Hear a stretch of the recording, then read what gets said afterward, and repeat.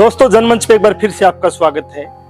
पिछले एक महीने से जनमंच राजस्थान चुनाव कवर कर रहा था और राजस्थान में भादरा का जो इलेक्शन है ये हम चुनाव कवरेज कर रहे थे। अलग अलग गांवों में जाके जानने की कोशिश कर रहे थे कि जो लोग हैं वो वोट डालते हुए क्या सोचते हैं, अपना उम्मीदवार या अपना विधायक चुनते हुए उसमें क्या खूबी देखते हैं, क्या काम के आधार पे वोट दिया जाता है या जाति धर्म ये कितना प्रभाव डालते हैं। जब इस पूरे इलेक्शन में हम अलग अलग गांवों में जब हमने पिछली 24 तारीख से शुरुआत की तो पूरे इलाके में अलग अलग गांवों में अलग अलग वर्गों में हमने जानने की कोशिश की।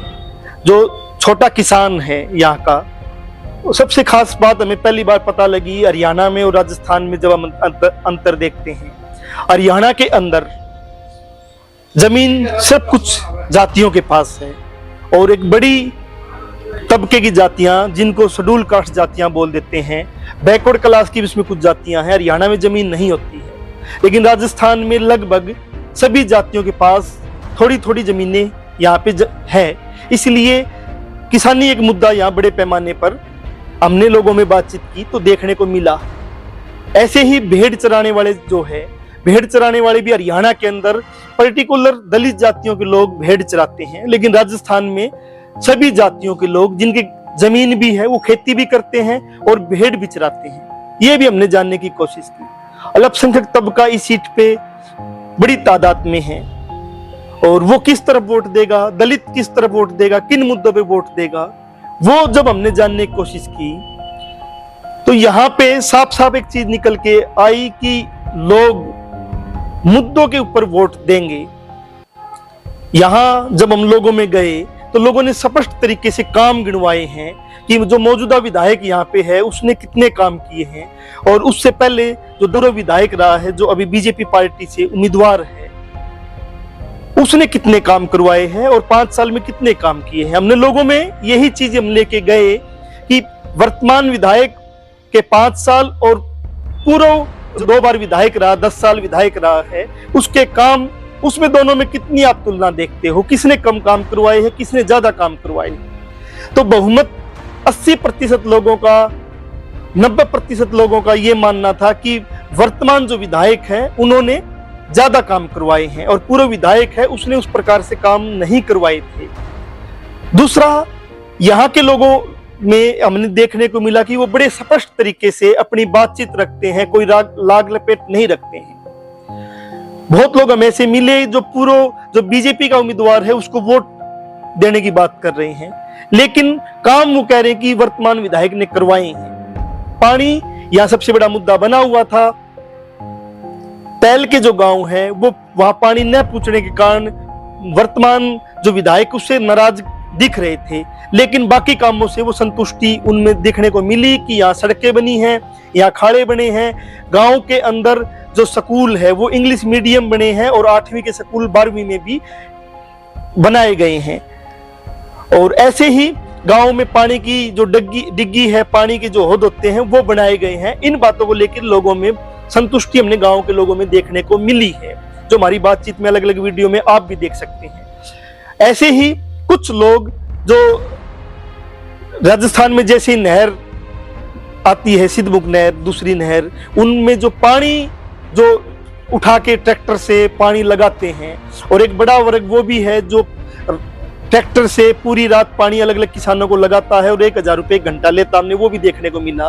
वो कहीं ना कहीं पूर्व विधायक के साथ खड़ा कि हमें पानी, इस विधायक ने पानी चोरी नहीं करने दिया वर्तमान विधायक ने, इसलिए हम पूर्व विधायक को वोट देंगे। ये सारी चीज हमने तुलना देखी है। और भेड़ चराने वाला व्यक्ति, मतलब भेड़ चराने वाले जो लोग हैं वो भी हमने देखे कि वो वर्तमान विधायक को वोट दे रहे हैं। इसके साथ में लकड़ी का जो काम करने वाला है कि यहाँ बहुत किसान जो है अपने खेत से लकड़ी काट के जो बेचने जाता है, रास्ते में उनको प्रशासन बहुत बार ओवरलोडिंग के नाम पे या दूसरे उसके नाम पे तंग करता था।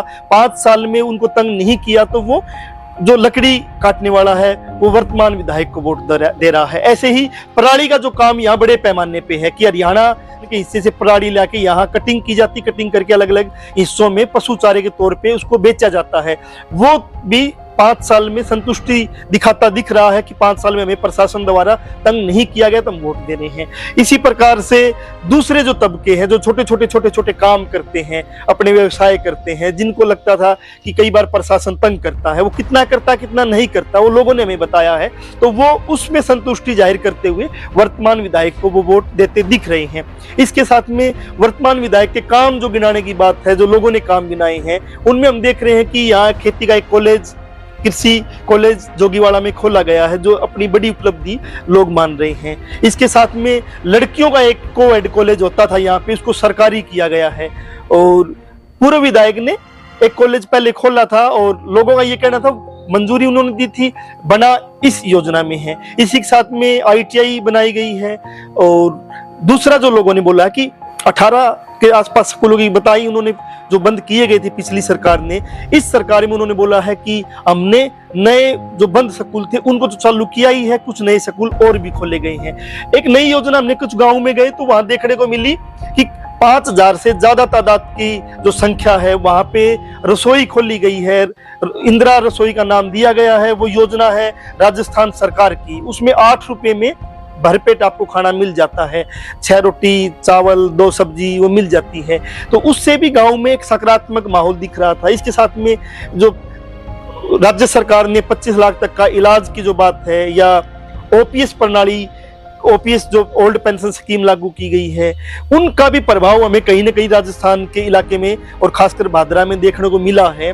क्योंकि बलवान पुनिया मार्क्सवादी कम्युनिस्ट पार्टी से विधायक थे और वो उन्होंने कांग्रेस की जब सरकार को गिराने के लिए जब एक षड्यंत्र रचा गया तो उसको बचाने में अहम भूमिका बलवान पुनिया ने निभाई थी। इसलिए बलवान पुनिया को एक श्रेय यहाँ जाता, क्योंकि बहुत बलवान पुनिया कांग्रेस के साथ कहीं ना कहीं दिख रहे थे, कांग्रेस के सरकार के साथ उसको बचाने में।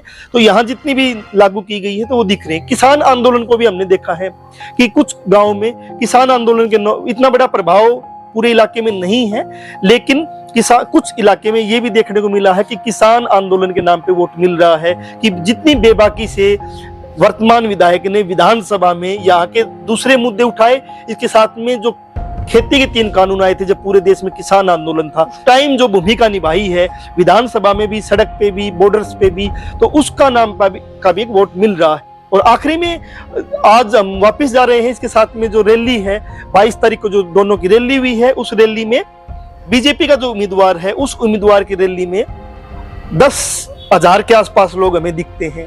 और वर्तमान जो विधायक बलवान पुनिया है, मार्क्सवादी कम्युनिस्ट पार्टी के उम्मीदवार है, उसकी रैली में कहीं ना कहीं 40+ लोग दिखते हैं, 40,000 लोग दिखते हैं और लोगों में उत्साह भी दिख रहा है। वो सारी चीज देखने से लगता है कि लोग काम के आधार पे वोट देंगे, काम के आधार पे रैलियों में आ रहे हैं जो काम किया है। और वो तो भी 25 तारीख को वोट किसको जाएगा वो लोग तय करेंगे वोट डालते हुए। और एक दिन बाकी है, उसके बाद क्या कोई परिवर्तन आएगा या नहीं आएगा। जनमंच का सफर यहाँ तक इतना ही था। जनमंच भादरा में 1 महीना चुनाव कवर अलग अलग गाँवों में करके आज वापस अपने स्थान पे, क्योंकि हम हरियाणा में ज्यादा कवरेज करते हैं, मेवात के इलाके में, दिल्ली के इलाके में, पंजाब के इलाके में स्टोरेज पे हम काम करते हैं। तो हम अपना रूटीन के जो काम है वापस जा रहे हैं, क्योंकि चुनाव को कवर करने का भी अपना एक अनुभव होता है। चुनाव में लोग सुनते भी हैं, लोग अपनी पीड़ाएं भी बताते हैं। जिस प्रकार से हमने भेड़ चराने वालों की पीड़ाएं देखी, पहले स्टोरी करते थे, कम लोग देखते थे, लेकिन चुनाव में भेड़ चराने वालों की पीड़ाएं जो हमने दिखाई है कि भेड़ चराने वाले की ये पीड़ाएं हैं, ये मुद्दे हैं, ये मांग बनती है, और उसका एक सकारात्मक प्रभाव भी देखने को मिलता है। हजारों लोगों ने उन चीजों को देखा है। ऐसे ही ऊंट से खेती करने वाले लोगों को भी हम दिखाया है, पराली का जो काम करते हैं उनको भी दिखाया है। और कोशिश रहेगी आगे भी हम आपको अलग अलग मुद्दों पे, हाशिए पे आखिरी खड़े जो व्यक्ति है, उनकी स्टोरी, उनकी रहन सहन, उनका खान पीन, हर चीज आपको दिखाते रहे। जनमंच के साथ आप बने हुए थे। आपने जो खासकर भादरा इलाके के लोगों ने जो जनमंच को प्यार दिया, और उसके लिए आप सबका धन्यवाद।